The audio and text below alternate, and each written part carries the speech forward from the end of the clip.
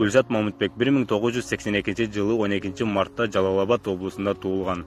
Гүлзат эже өз сүйүүсүнө жеткен жана 3 баланын энеси.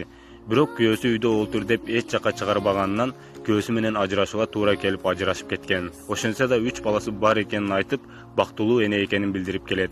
Алмазбек Атамбаев премьер-министр болуп турган учурда Гүлзат Мамытбек англис тилинен сабак берчү экен. Жана өзүнүн англис тилинен сабак берүүчү окуу жайыны ачуусуна Алмазбек Атамбаев дем күч берип түрткү болгонун айтат. Гүлзат эже Бишкекке окуганы келгенде өзүнүн окуусунан сырткары англис тилин үйрөнүү үчүн дворник болуп 160 сом айлыкка иштеп, 2 айлык акчасын чогултуп, өзүнүн окуусунан сырткары тапкан акчасына курстарга барып жүрүп англис тилин үйрөнгөн экен. Ийгиликке жеткиче болгон убактысын окууга арнап 4-5 сааттан эле уктаган экен. Мындай айтканда күнүнө 20 саатка чейин билим алган десек да жаңылышпайбыз. Бүгүнкү күндө Гүлзат Мамытбек көптөгөн ийгиликтерге жетишкен. Мындан сырткары дагы көптөгөн максаттары бар экенин айтып келет.